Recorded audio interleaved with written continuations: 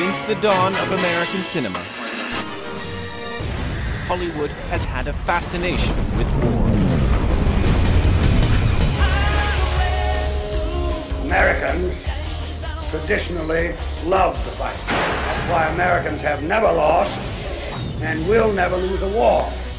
Propaganda movies helped build support for World War I and II, so much so that the Pentagon started giving the studios access to military bases, aircraft, ships, and submarines, even to off-duty officers acting as extras in their free time. The Hollywood Pentagon love affair soon became official. The military even created a whole new division, the Film Liaison Unit, with offices at the Pentagon and in Los Angeles. The relationship between Hollywood and the Pentagon has been described as a mutual exploitation. General, welcome, Mr. Stark. We're after military portrayal, and they're after our equipment. Multi-million-dollar toy. Lessons for actors on how a military moves. You know, what would make the dialogue sound more real, even down to making the uniforms look accurate. Most people these days, they're getting their information on who their army is from what they see on television. So that's our mission here, to help filmmakers portray the army in an accurate or plausible manner. And it's to help recruiting.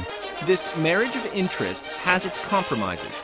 In exchange for support, the Pentagon gets access to scripts and, by contract, can ask for changes. If you're willing to play ball and allow the changes that they want you to make, you get this stuff basically for free. You have to pay for the fuel if there's a jet flying around. We actually have a menu. This type of a helicopter costs this many thousands of dollars per hour, and they need to reimburse the taxpayer for that expense. But it's much cheaper to borrow the military's tanks than it would be to, you know, buy your own tank. After the film is completed, the admirals and generals will review it before it's released to the general public, with their thanks to the Pentagon for its cooperation in all the various branches. Phil Strube is really the head of the whole operation. He is often thanked in movies, so if you were to go to IMDb and type in his name, Phil Strube, you'll see all the movies that he's worked on. But the Pentagon can also say thanks, but no thanks. Films like Platoon or Apocalypse Now, showing the dirty face of the Vietnam War, were denied support. For some of those Vietnam-era pictures, every time soldiers or Marines went out into the field, they murdered officers, massacred civilians, they took drugs, and I think that the feeling was that wasn't quite an accurate portrayal. So is the true face of war what the military's film unit is after? We are looking for a reasonably realistic portrayal of military people. Does that translate to positive portrayal? And the answer to that is somewhat. After many pictures of veterans coming home damaged by the Vietnam War, Top Gun presented the perfect opportunity to rehabilitate the image of the military on the big screen. It was the most successful film mission accomplished. They shaped that picture top to bottom, made it just the way they want it, and they actually put recruiting booths inside the theaters so that after people saw the movie, they could join up. Recruitment took a huge spike up when that movie came out. And that's when they really realized, boy, this kind of thing really works. It's almost like subliminal advertising. Take a look at that DVD. Filmmakers hoping to get that kind of support now know what the military is looking for. We don't have any preconceived showstoppers. Sacrifice, dedication, loyalty to the unit, those are some of the most important values.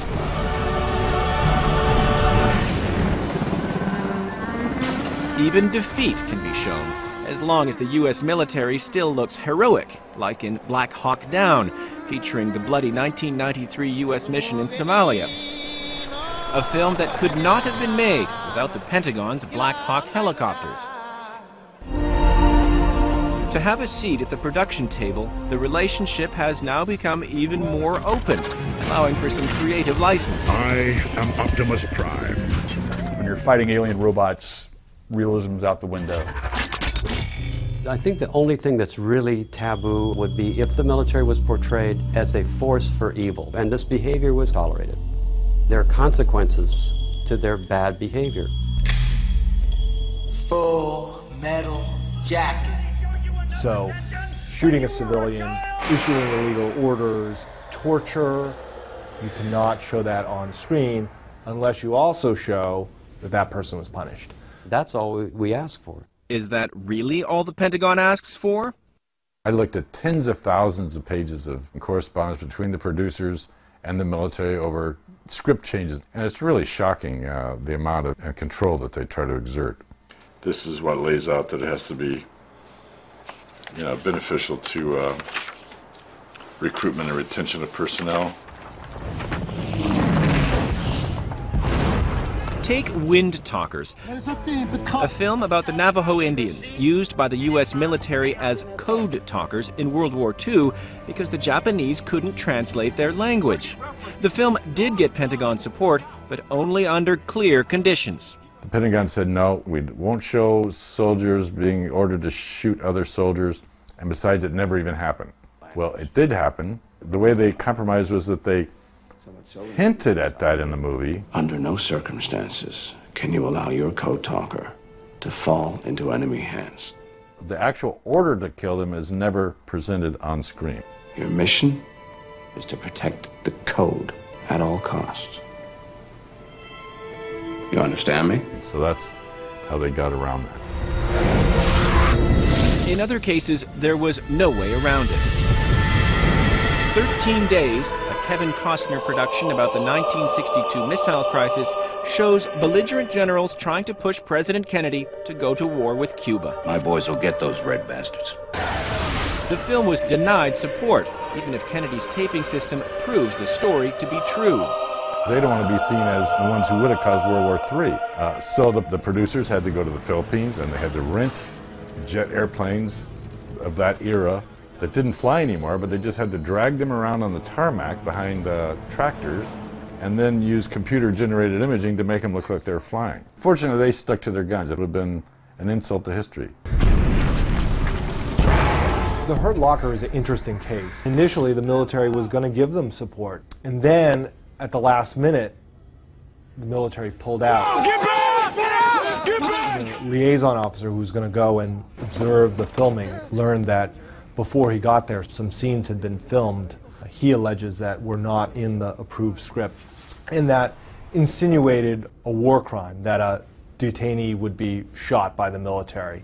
And that's one of those red lines for the military. Since military equipment is paid for by the taxpayers, some argue the government shouldn't give or deny access to it just based on a film's message. The mission of the Department of Defense is to defend the nation, not to make films. So we're under no obligation. That's not our mission. Well, that might be fine if it weren't for the First Amendment. Well, I haven't noticed anything in the U.S. Constitution that requires the Department of Defense to provide support to any filmmaker who comes along. The government cannot favor speech that it likes and not give the same benefits to speech that it doesn't like. The Supreme Court ruled in 1995 that discrimination against speech because of its message is presumed to be unconstitutional. The government offends the First Amendment when it imposes financial burdens on certain speakers based on the content of their expression. This is exactly what the Pentagon is doing. So is this marriage of convenience legitimate and good for films, after all? Damn it, we got a unit under fire! When you're working with the government looking over your shoulder, are we really seeing what the writer would have written without that censor? I don't think so. Hollywood must be one of the most intrusion-proof institutions in the galaxy. If they don't like our input, our technical advice, they'll be the first people to say, you know what, no thanks. Many successful independent films are indeed made without support, but sometimes at high cost. Filmmakers are free to decide, lose their independence or lose a lot of money. Hollywood likes it the way it is now because it's much cheaper. The big loser in all this is the audience. What you're getting is sort of steady drip, drip, drip, drip of propaganda being put into American films. And over the years, I believe that the real danger of this is that it's made the American people more warlike.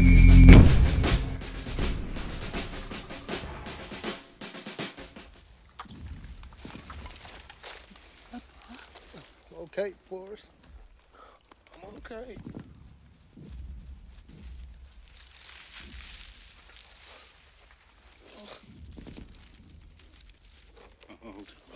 no.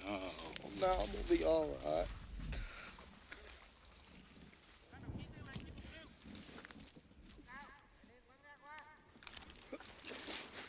Come on. Come on. Come on.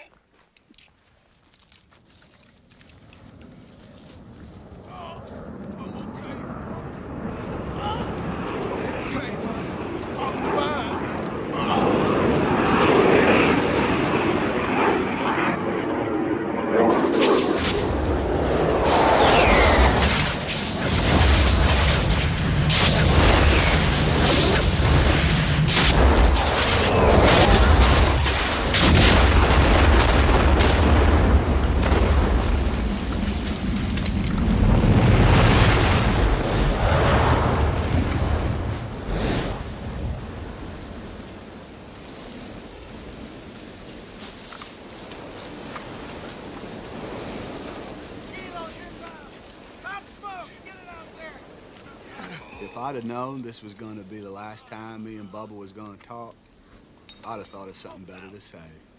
Hey, Bubba. Hey, Forrest. Forrest. Why did this happen? You got shot. Then, Bubba said something I won't ever forget. I want to go home. Bubba was my best good friend. And even I know that ain't something you can find just around the corner. Bubba was gonna be a shrimp and boat captain, but instead he died right there by that river in Vietnam.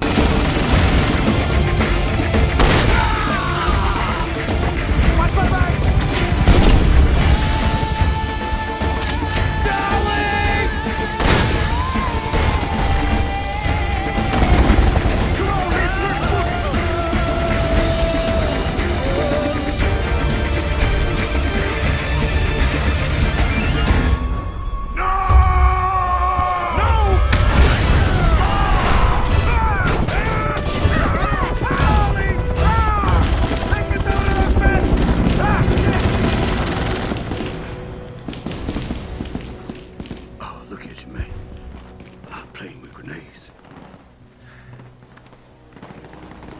I'm cold, Link.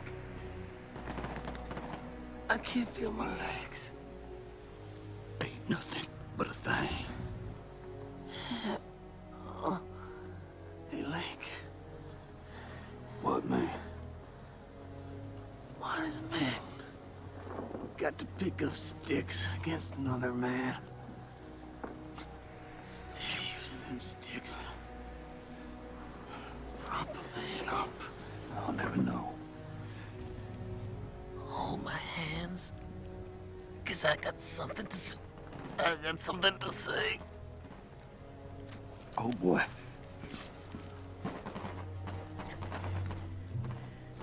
You holding him? I got him tight. When we get back to the world, we gotta put together that three-piece combo band we talked about. Me on stand-up bass, Johnny on the drums, and me tickling the ivories. I ain't never been worth nothing in this life. But I want you to know something. What, mate? You're my brother.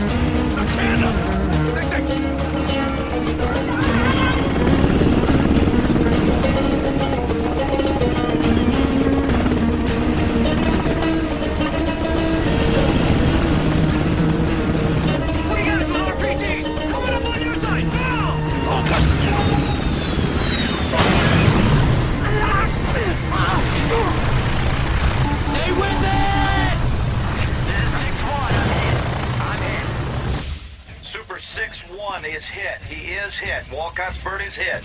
Hey, Bull, you want to pull those BCLs up front or what? Right, man.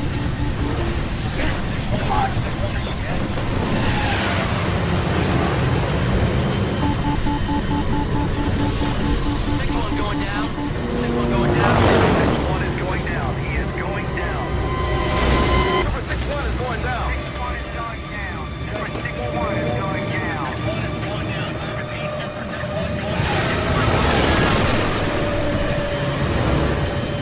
Hold on!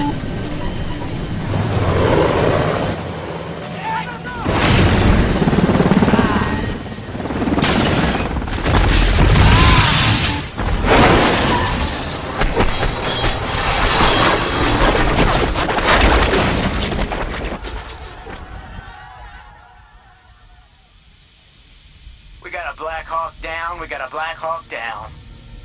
Super 6-1 is down. We got a bird down in the city. Super 6-1 is on the deck now. Get an MH6 on site, check for survivors. Send in the SAR bird. I want ground forces to move and secure a new perimeter around that crash site. Can you guide the convoy in there? Roger that. We'll move quick.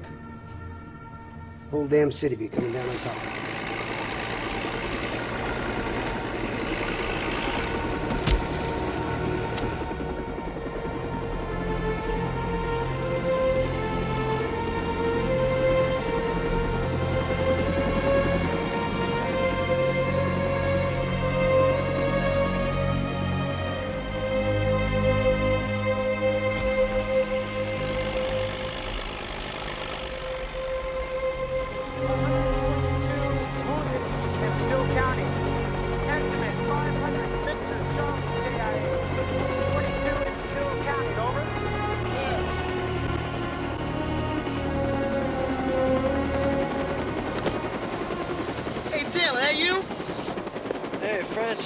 Hey, man, how you doing?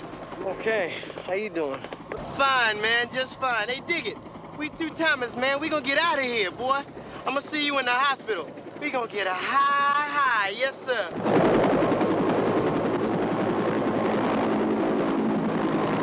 Ready? Right.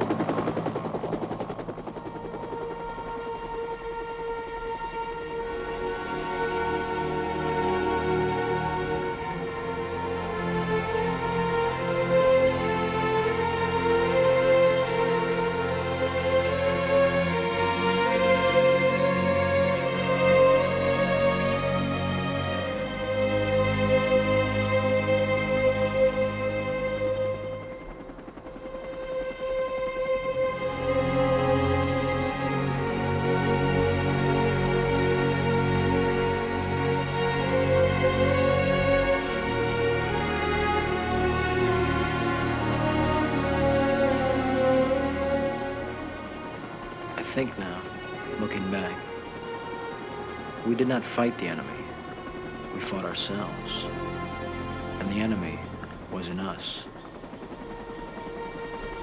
The war is over for me now, but it will always be there, the rest of my days.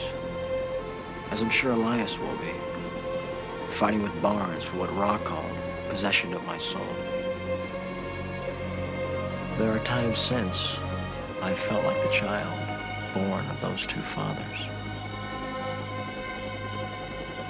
But be that as it may, those of us who did make it have an obligation to build again, to teach to others what we know, and to try with what's left of our lives to find a goodness and meaning to this life.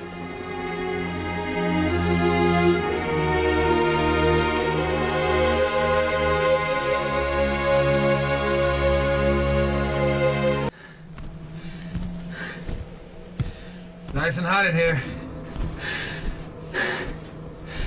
Okay, I'm laying on the charge. Nice and sweet. I'm coming back. Hey, Sanborn, you know what this place needs? I'm listening.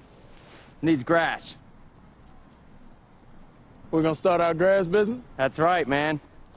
I'm gonna sell the grass, and you're gonna cut it. It's gonna be called Sanborn and Sons. We'll be rich. I like that. Crabgrass, St. Augustine, man. How about this? You sell it, I fertilize it. 25. 25 meters, roger that. Sanborn! Butcher shop, 2 o'clock, dude has a phone! Why is Eldridge running? Come on, guys, talk to me. Drop the phone! Drop your phone! Hey, phone! I can't get a shot!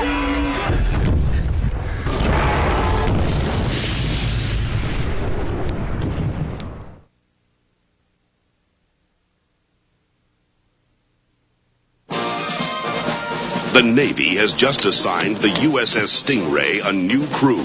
Get your hands off of me! Skilled in military technology. Oh, that's a little tickle. Dedicated to teamwork and camaraderie. There was a fingernail in my food yesterday. It was a Band-Aid. I'm sorry, sir. Band-Aid was holding the fingernail on. And they're about to get the leader they truly deserve. Third in his class at sub-school. We're dead. Cited for tactical excellence. We have a shooting solution. He's one of the Navy's finest. Fire one! Oh, get up there, you miserable little puke! Lieutenant Commander Thomas Dodge. Ready to pick up my new submarine? So, do you need anything from me? Driver's license, credit card? There she is right now. Your new boat. No disrespect to the USS Rust-Oleum here, but this is ridiculous. Now, together. It's the crew from hell. What do you think about our boat, Pascal? I feel I need a tetanus shot just from looking at it. They'll rise to any challenge. Lieutenant Lake, you're almost out of uniform. But you never saw anything like that on one of them big nukes. And prepare for the mission. You're gonna clean up the Stingray and take her out. What's our mission, rescue Gilligan? That will make their careers. These men love me! Don't go by the book. Think like a pirate. Let's kick this pig. One rebel diesel. Prepare for dive! Does he mean underwater? Against the U.S. nuclear navy. Torpedoes are hot. You are targeted. Battle stations. Negative. Up against incredible odds. They're on us, sir. It's up to the crew of the USS Stingray. It's the Orlando. All hands, we are now going silent. To use their unique talents. Hear something? Sounds like a whale. That's with a false alarm. To beat the Navy at their own. Fire two! What? War game. Sweet! 20th Century Fox presents the movie The Navy doesn't want you to see. You ever hear the Mile Deep Club? You ever hear of a salad bar? Kelsey Grammer. Polishing the old torpedo, sir. God, I love this job.